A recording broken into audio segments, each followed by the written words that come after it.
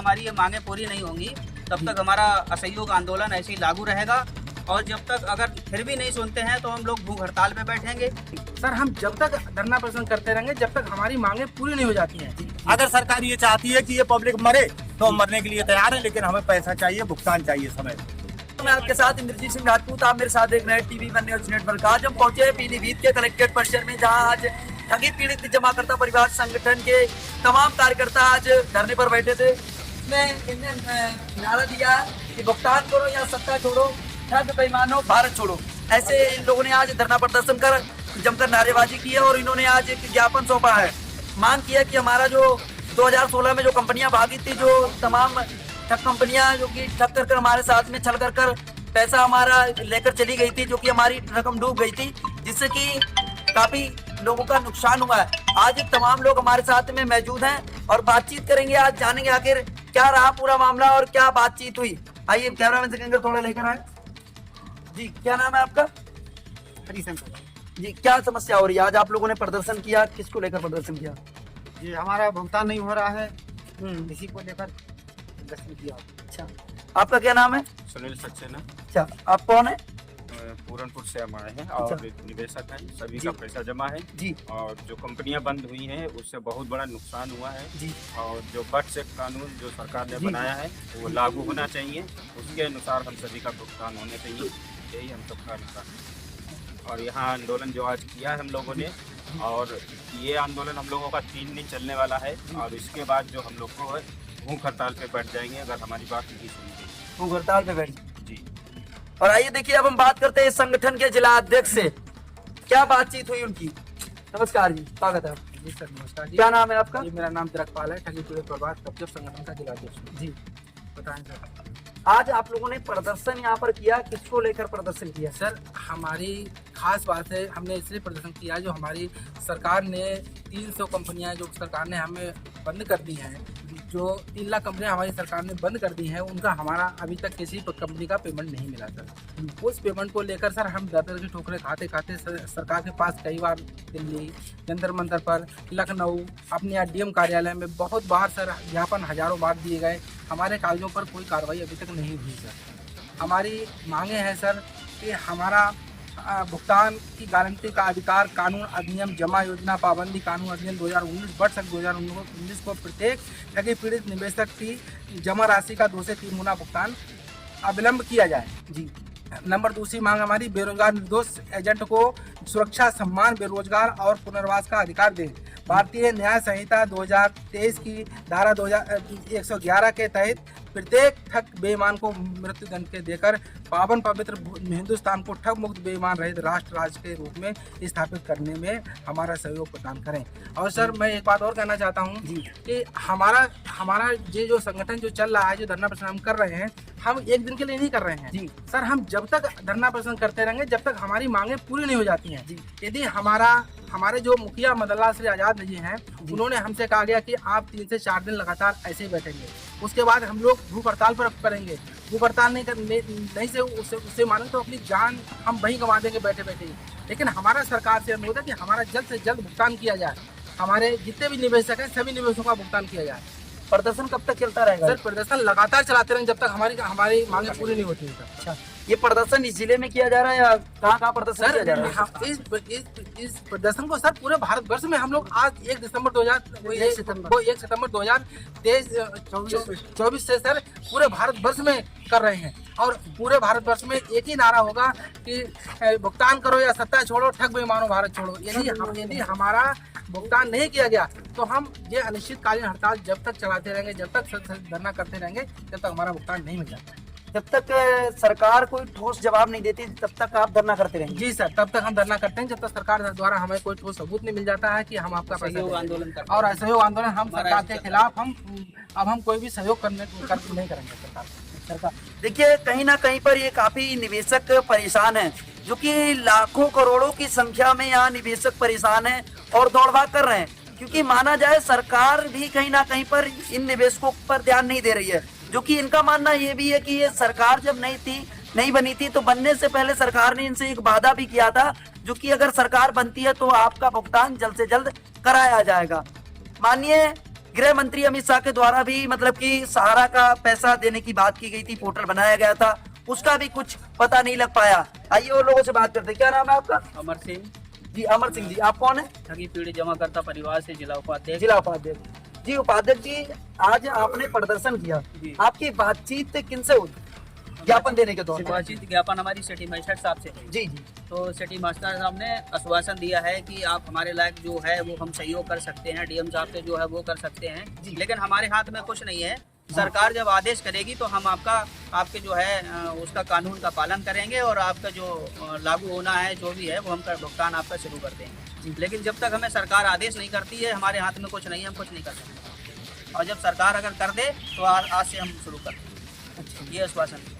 तो सरकार से अपील की है आपने सरकार तक बात पहुंचाने का, और कोई ऐसा आश्वासन दिया कि सरकार के उन्होंने कहा है कि जो आपकी बात को रखा जाएगा? जो आपने ज्ञापन दिया है, हम लोगों ने जो ज्ञापन दिया है उसको सरकार तक हम पहुंचाएंगे।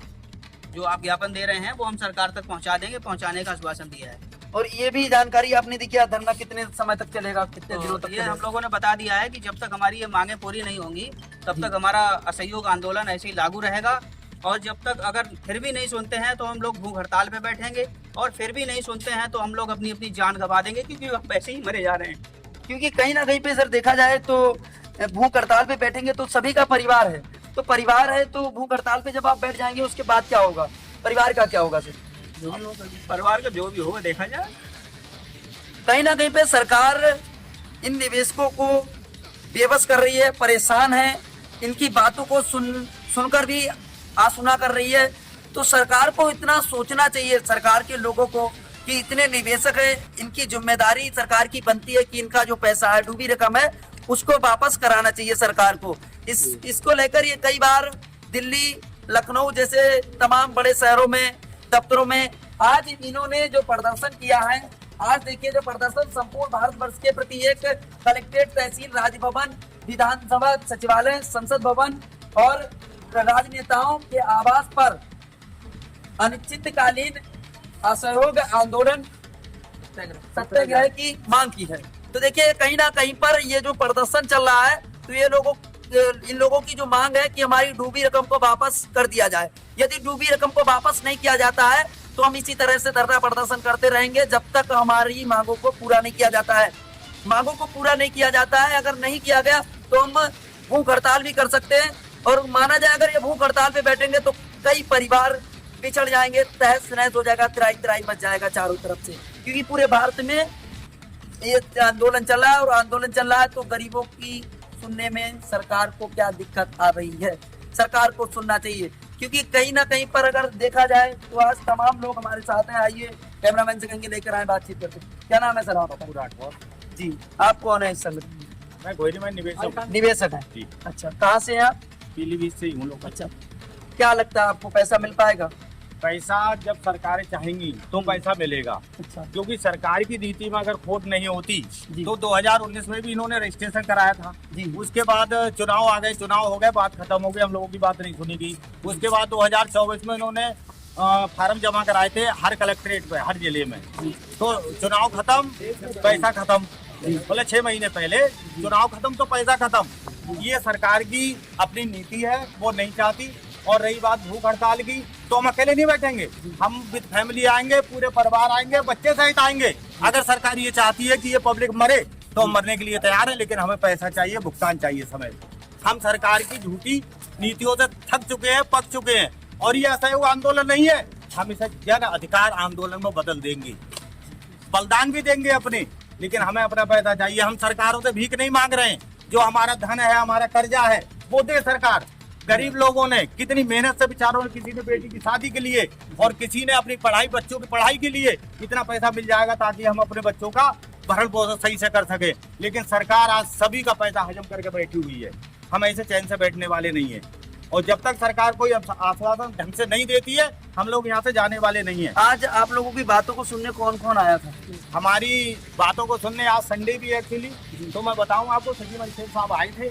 उन्होंने हम लोगों से कहा कि हम लोग कुछ नहीं कर सकते।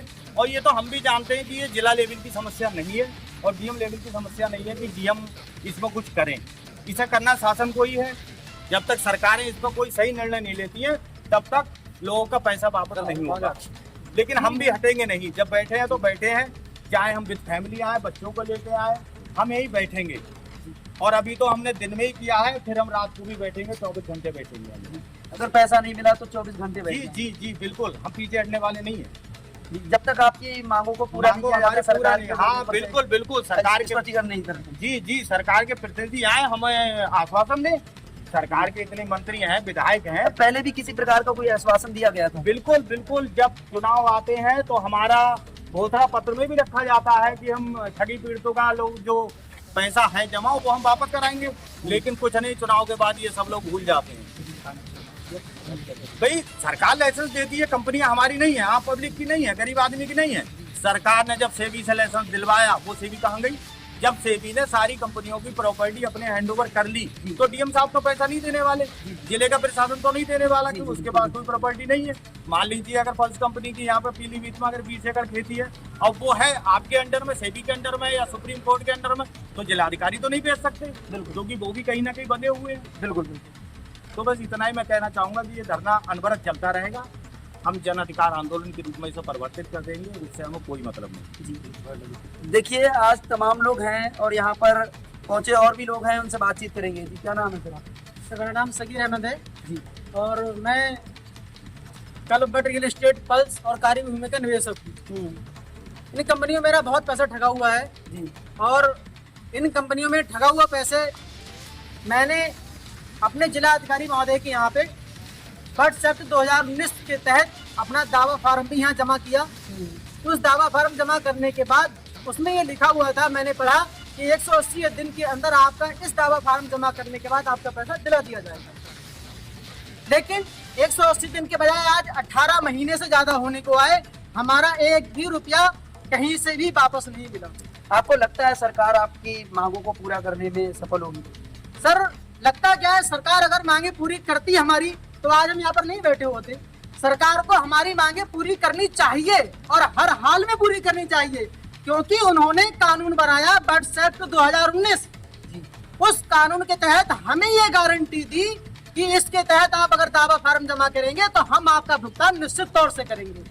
और हमने वो फार्म आपके यहाँ जमा किया है, तो हमें तो उस कानून के तहत आपसे भुगतान चाहिए और कुछ नहीं। जैसे भी थे आप हमारा भुगतान 180 दिन के अंतर्गत दें, और हमें भुगतान सरकार से भी चाहिए, अपने डीएम साहब से भी चाहिए। इसलिए क्योंकि हमारे दावा फार्म सरकार ने, वहां पर मंत्री ने, प्रधानमंत्री जमा नहीं करवाए, हमारे दावा फार्म हमारे यहाँ जिला अधिकारी ने जमा करवाए, यहाँ पे सक्षम अधिकारी ने जमा करवाए हमारे यहाँ पे फार्म।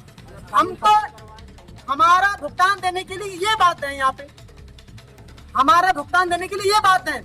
अगर ये हमारे दावा फार्म यहाँ पे जमा ना करवाती तो हम इनके दरवाजे पे मांगने नहीं आते, कहीं भी जाते, जहाँ जमा करते वहां मांगते। लेकिन दावा फार्म हमारे इन्होंने जमा करवाए तो भुगतान भी हमें इनसे ही चाहिए। कैसे देंगे? ऊपर बात पहुंचा के देंगे, सरकार से जुड़ा के देंगे, मांग के देंगे, कैसे देंगे? इन्हें जैसे भी दे वैसे दें।